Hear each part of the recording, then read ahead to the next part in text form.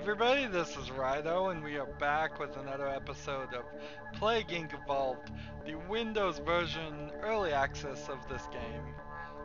It's the Windows version of the popular cell phone game, is what I meant to do. And today is a great day because it is finally the last time, or at least it should be, that we have to play the Simian flu to unlock a gene modification. And with this next victory that we should get today, we will unlock ATP overdose, and every single other thing will be unlocked. We will have 100% unlocked. That will just leave us after that point with some scenarios and a attempt at brutal. So for that, I'm gonna call this the last monkey. I've been calling them monkeys the whole time, even though they're apes, and the game says they're apes, because I'm pretty much just foolish. And let's see. Where do we want to start? Let's start out of Egypt, why not? Start a little risky. The last monkey begins in Egypt.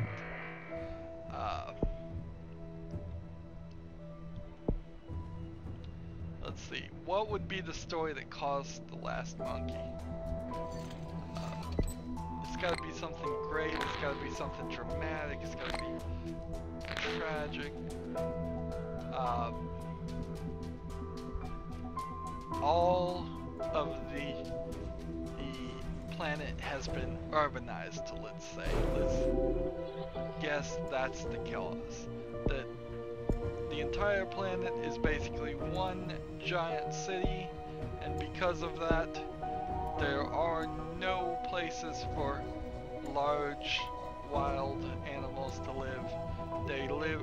We had several in captivity for many decades, but slowly they stopped breeding, like the panda bears, and now we are down to one last monkey. So therefore, this is the very last monkey. It is a sad day.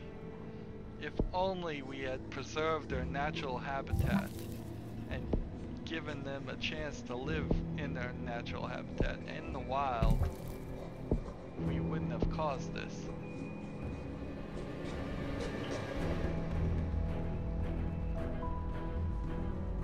I don't know how the story is gonna work in this plague, though. The story I've just made up, because if there really is the one last monkey, he has to be the last known monkey, doesn't he? He's gonna escape in the first act from the lab, and then he's gonna find hidden in some deep uncharted area a colony of other apes that from which they can join together and start fighting against the rapid urbanization of the humans and take the planet from them for the betterment of ape kind. Here we go, escaping the last monkey. The last known monkey is escaping.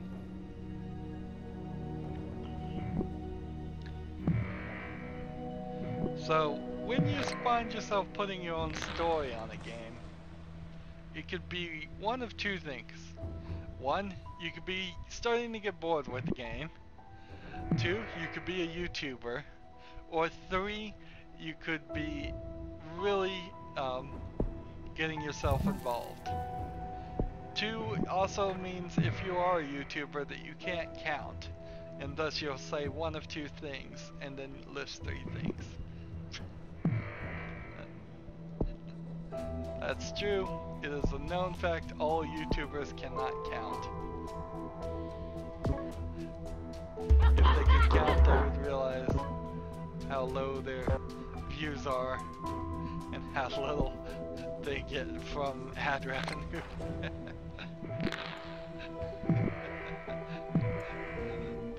That's a pretty inside joke there.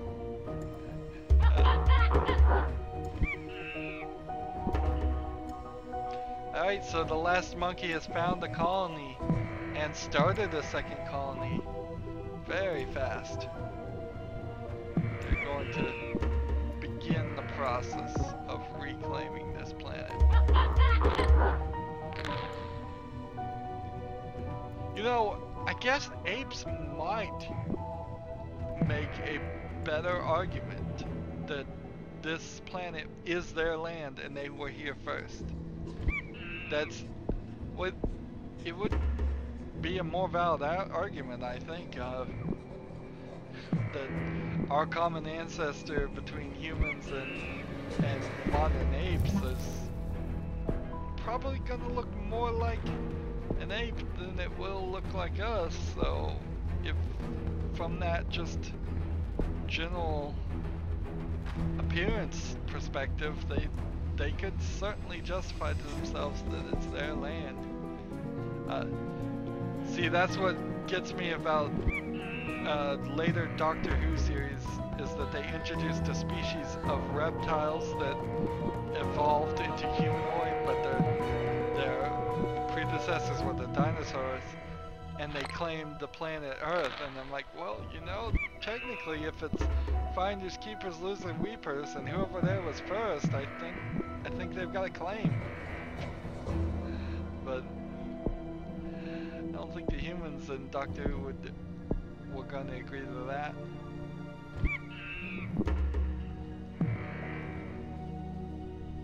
But really, the I was here first claim doesn't make any sense. It's who started it is not a good argument. That's a kindergarten playground argument. Who started it? I was here. Finders, keepers, losers, weepers.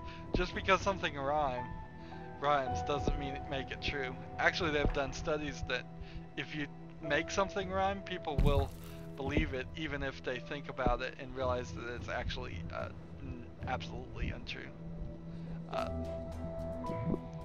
The example is, if you say might makes right, people might start agreeing with that a lot easier than you say whoever has the most amount of militaristic force is in the superior ethical position and thus allowed to make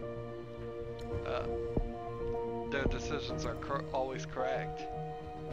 I mean, when you really think that phrase, might makes right, it's not true. It's absolutely not true. You know, in a deep ethical debate. But people will believe it. People can convince themselves to believe stuff like that just because it rhymes. Anyways, getting off that topic. How would apes and humans agree to share the planet?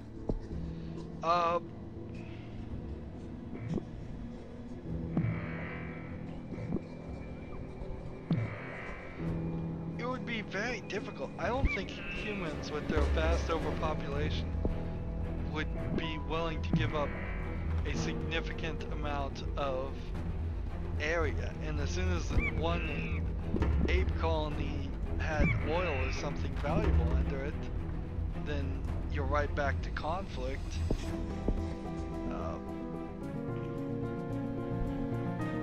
So how would we fix that? How would we agree to live together? Almost certainly we wouldn't. There would be too much hunting, fighting, and all of that. I'm more leaning towards the thought that the apes would have to be outnumbering and overpowering humans completely, and that it would probably go for a while that the apes were completely in charge, and that they would hopefully decide that it was ethically superior to treat humans as an equal. I have to put my faith in the apes, really, because I don't think the humans would do it.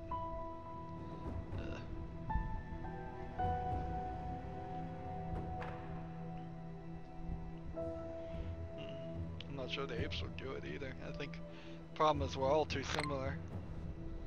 Apes aren't like dogs. They don't seem to have been, they haven't been bred for generations to be cute and cuddly and lovable and loyal. Apes are out for themselves and their own tribes, and they will go to war. They've actually seen evidence of one colony going to war with another colony. Let's see, how many more countries? No more countries, good. We've got all of them infected. Let's get this disease spreading. We're at 23% of the cure, and that is the first time I've even looked at the cure score, so that's not a good thing. We'll do the human to ape bridge. I think we can go ahead and do this. Decrease the research speed.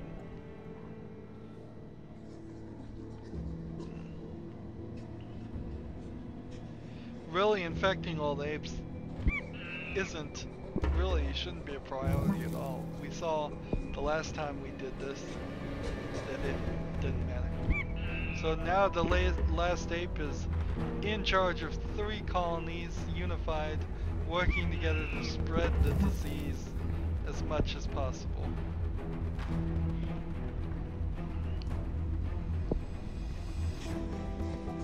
Drones start targeting China. Well, there's nobody in China. The disease is definitely affecting the humans a lot more.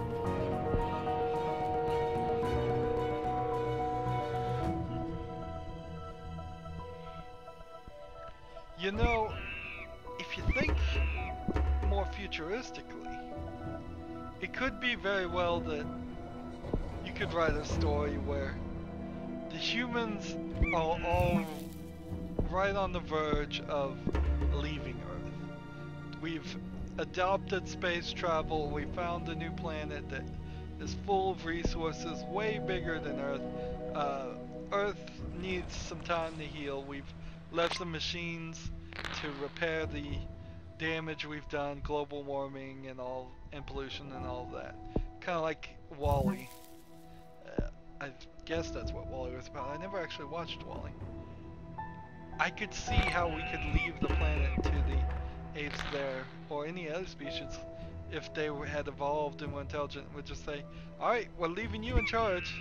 Sorry we made such a mess, but here you go. You get the keys to the planet. Well, we're never coming back. That would be kind of cool, actually. And then there's like, you could do one man was cryogenically frozen and he gets thawed out and he wakes up to a planet of the apes and they go, oh yeah, all the humans left and they just let us have the planet. And we did great things with it. I would love to see a movie about the amazing ape technology and ape architecture and ape fashion design. I mean, just a whole new society. That'd be pretty cool. Let's get that lethality up. How about that? There are no healthy people in the world, and I think we've gotten everybody infected, but we're at 75% to the cure. That is no good. We need humans dying like crazy. Oh no. I have been talking too much and not playing the game enough. Let's see. What should I have done? Should I have gone for genetic hardening too? Should I have done some more transmissions? I don't know. We have 19 DNA, I suppose is our next goal. That's 19.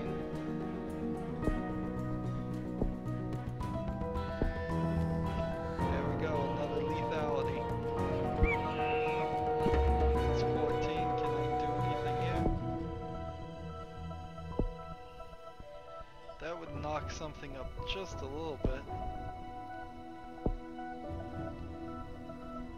Red Ape Redemption combo, they're at 80% of the cure. New Guinea is in anarchy. I don't see any labs. Why don't I see any labs anymore? Am I playing just like a different way now? That.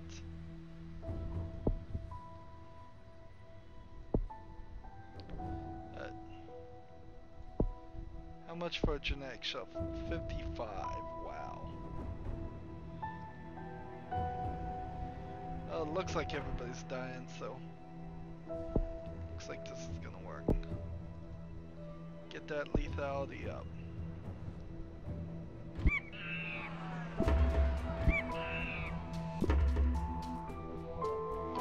I also like the thought of a disease that just made the apes smarter and the humans dumber. That would probably work pretty well.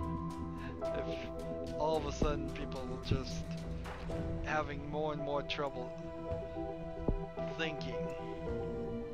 That could be very subtle, that could take, it could be over the course of generations. Who's to say it's not happening now? Maybe TV should be classified as a plague. Maybe the internet should be classified as a plague. Maybe people are getting dumber. I don't believe it for a second.